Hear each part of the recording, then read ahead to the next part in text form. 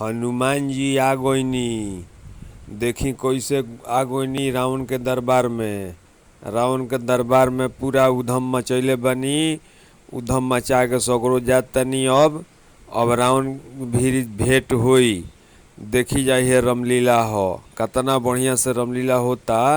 रावण के वीडियो हम कहाँ कहाँ से ले आवत तनी, देखी जा। रावण से अब भेंट होई। देखी कैसे रावण खातिर ललकारले बनी। हाँ, ललकारत तनी। देखी रामलीला बहुत बढ़िया बा। ई रामलीला रवा देखे के ना मिलल हुई। देखत तनी नु एकदम रुझाता, रियल बा, एकदम रियल बा। बोली जय हनुमान जी, जय हनुमान जी।